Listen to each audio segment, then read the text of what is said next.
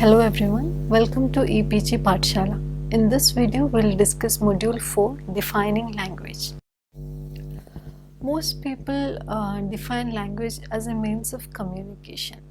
Often, professional linguists also manage to push various dimensions of language under the rug and work with a rather simplified definition of language.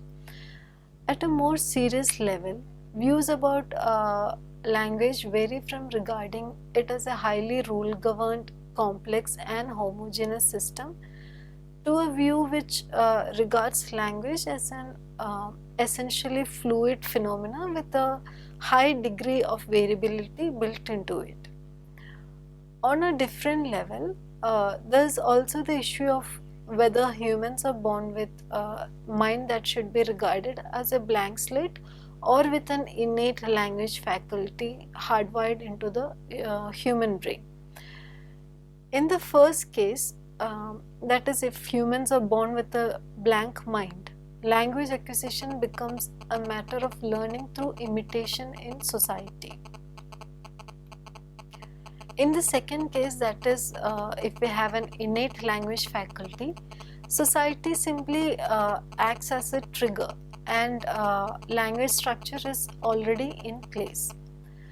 In this module, we will try to see language in a sociolinguistic framework, and we'll see how does the process of language acquisition and human interaction show enormous fluidity and variability. So, if you push people a bit harder and ask them to define language, they might turn to dictionaries to see the definition of languages. Dictionaries can now give different definitions for what language is. For example, the Webster Dictionary defines it as a systematic means of communication, communicating ideas or feelings by the use of conventionalized signs, sounds, gestures or marks having understood meanings. Advanced Learners English Dictionary version calls language the system of words or signs that people use to express thoughts and feelings to each others. For the Oxford English Dictionary, it is the method of human communication, either spoken or written, consisting of the use of words in a structured and conventional way.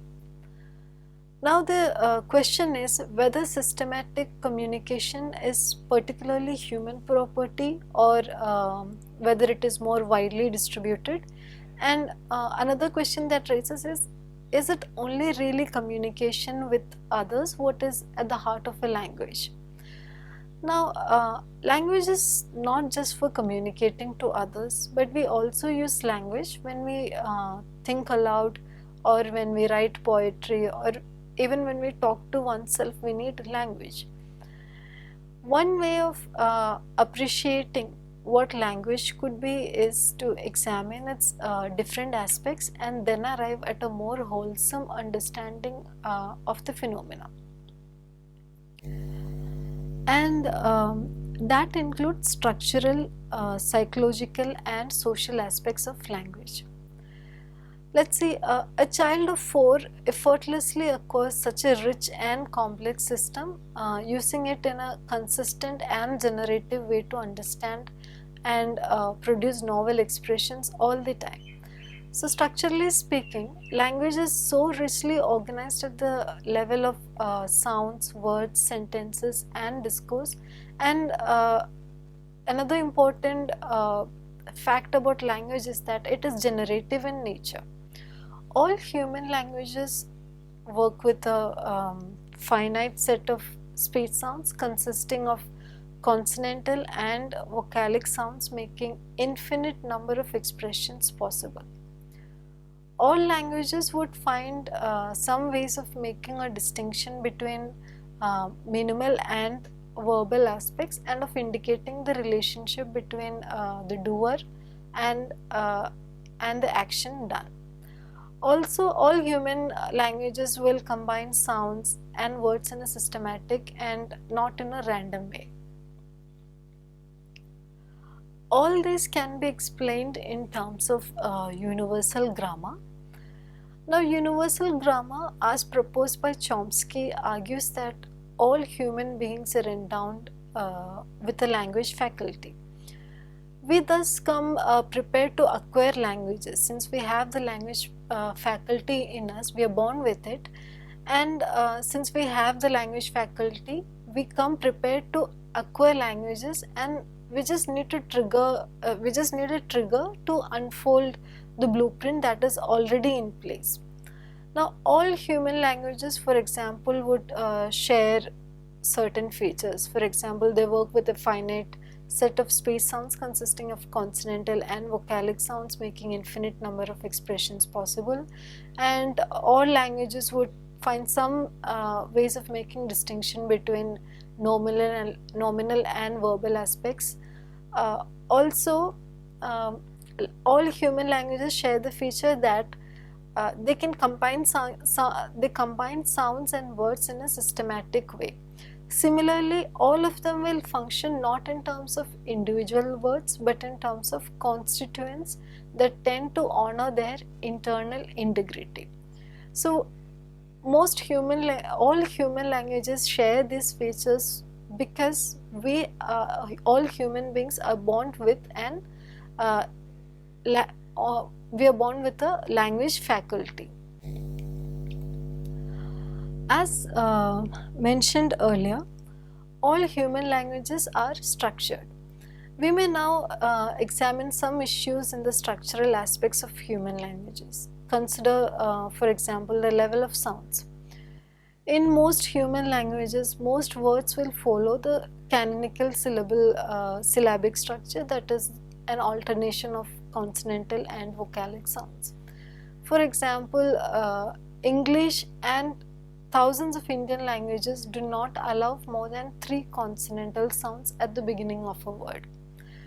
Moreover, it is also highly rule governed which consonantal sound would appear in what sequence, and other sequences are simply not allowed. For example, in English, let's say words like spray, structure, screw, splash, string, etc. have 3 consonants in the beginning of the word, which are SPR combination, STR, SK, SKR, SPR, STR. So now all these sounds can form a cluster in English, whereas the combinations of p, s, r, t, s, r, s, k are not possible. Similarly, in Hindi, a word cannot start with a velar nasal. Let's say there is no word in Hindi which starts with the sound ng. So, as mentioned earlier, all languages are structured in level of sound, syntax and discourse.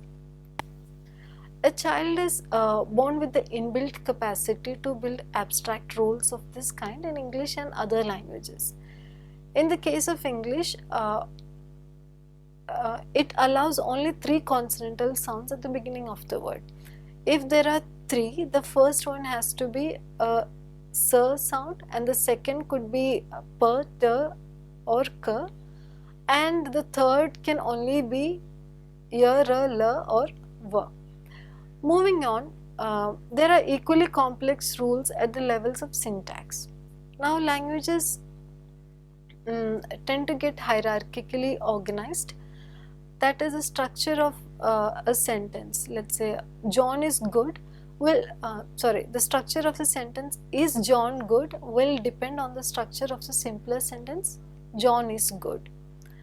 Similarly, the sentence the boy is good and is the boy good are grammatically correct, whereas the grammar of English does not allow a sentence like boy the is good.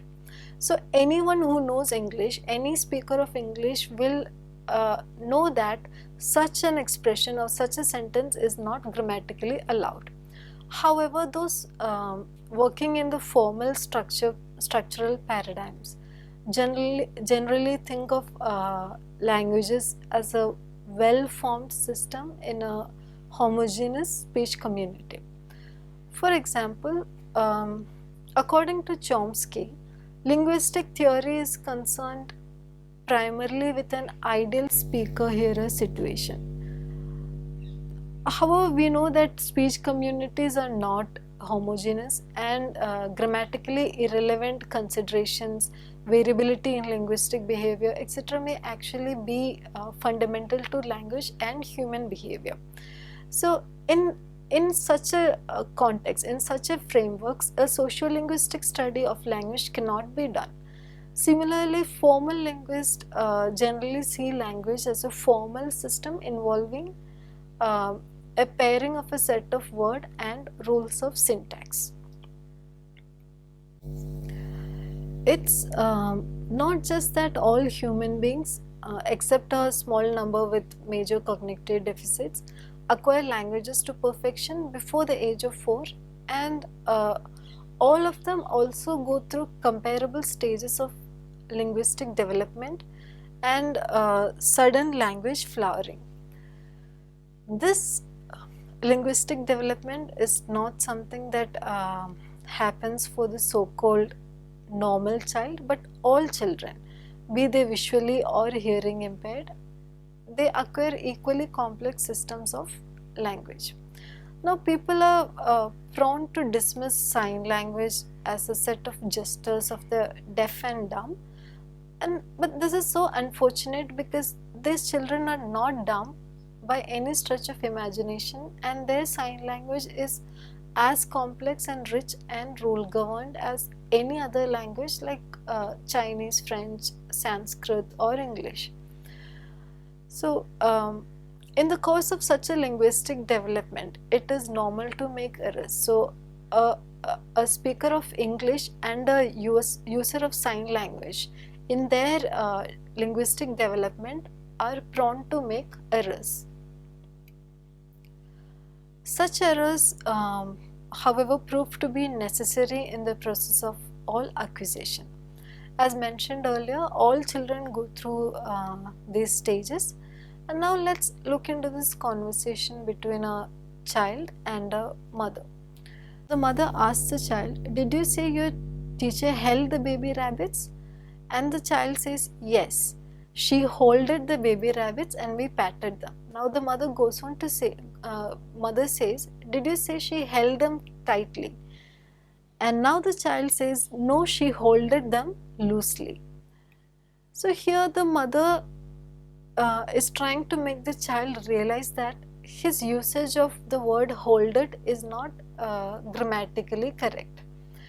However, the child refuses to notice that and uses the term holded again. So what we understand from this example is that children change their behavior when they are ready to, and not when you wish them or force them to.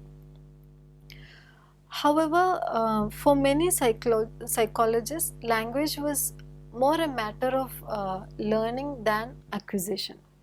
So for them, there was no unique language faculty already in place, as Chomsky argued.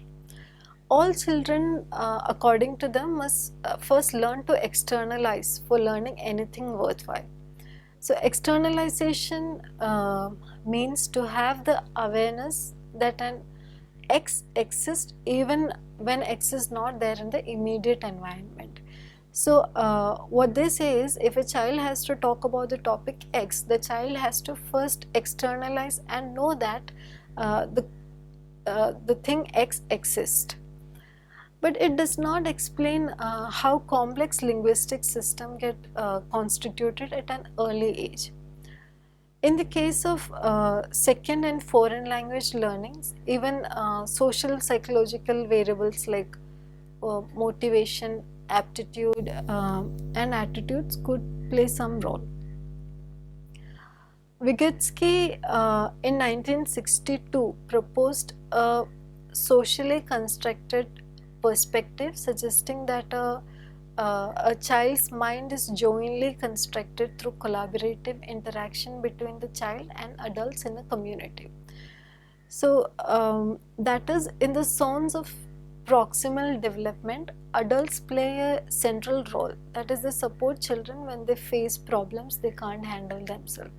So Vygotsky proposed a socially constructed perspective, suggesting that a child's mind is jointly constructed through collaborative interaction between the child and adults in a community. Now Sapir had drawn our attention to the centrality of social environment to language learning in 1921. So he said that if we eliminate society, it is possible that humans will learn to walk, but it is certain that they will never learn to talk or communicate to each other. A fully sociolinguistically spelled out perspective on language would include a detailed analysis of the context of situation, persons, places and topics involved, and account for variability in linguistic behavior depending on the horizontal axis of style and the vertical axis of social class.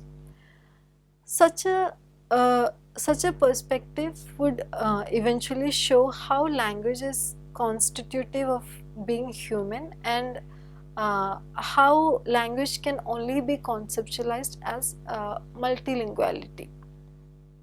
So as we mentioned in the previous modules, the existed framework of monolithic society was not acceptable, and a new framework was introduced in the field of sociolinguistics, which focused on multilinguality.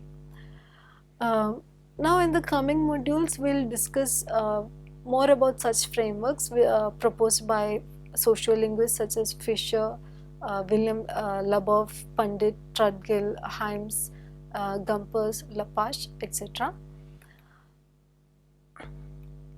Now before trying to understand language in a sociolinguistic perspective, it is important to understand that there is a universally shared language faculty, and all human beings have a comparable blueprint of universal grammar. So only this hypothesis can explain why there are structural similarities across human languages and why all children become linguistic adults before the age of 4. There is a universally shared language faculty, and all human beings have a comparable blueprint of universal grammar, and it is only the existence of this language faculty that can explain various shared features across human languages. Now in a sociolinguistic perspective, we can say that languages appear to be highly fluid and are eternally in a state of flux.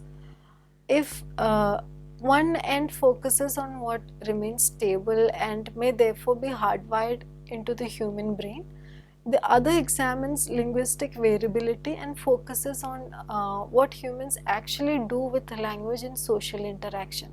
So the sociolinguistic framework suggests that language is always in a state of flux. It is changing constantly because of various reasons such as contact, diffusion and all that. So when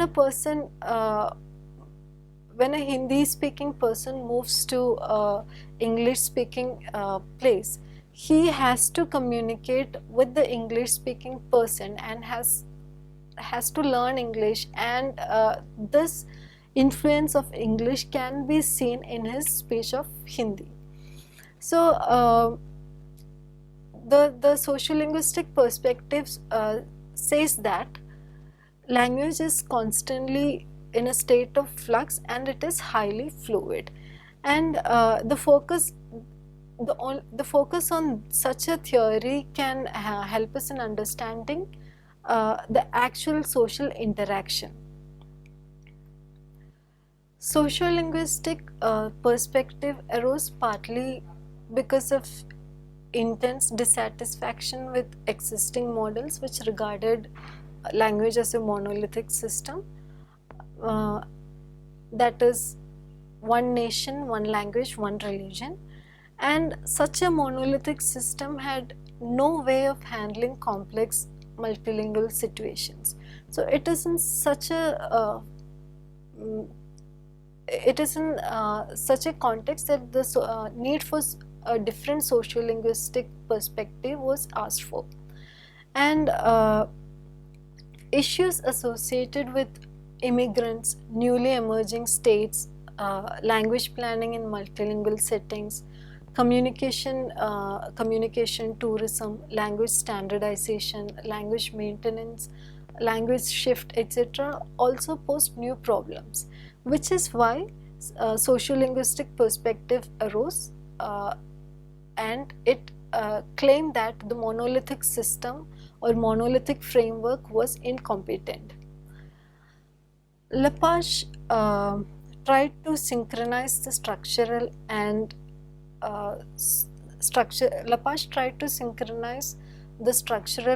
social and psychological aspects of language in his formulation about linguistic behavior. According to Lepage, the individual creates for himself the patterns for his linguistic behavior so as to resemble those of group or groups with which from time to time he wishes to be identified, or so as to be unlike those from whom he wishes to be distinguished, and this can happen in a certain way. So for this to happen, a speaker has to be able to identify groups, and he should have access to them and should have the capacity to analyze their behavior systems, and his motivation should be sufficiently powerful, and he should still be able to change his behavior depending on the motivation.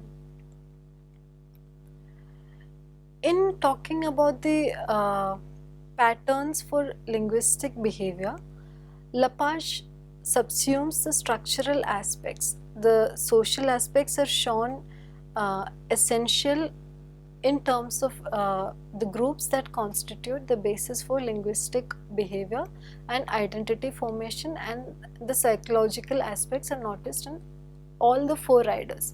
So according to Lepage, a person, an individual has to be able to identify the groups, and he has access to them and capacity to analyze the behavior system, and his motivation is sufficiently powerful and either reinforced by or reversed by feedback from the groups as to his being allowed to join. And the fourth one is that he should still be able to change his behavior. Now, according to Lepage, as discussed in the previous module, every individual creates a pattern for his linguistic behavior.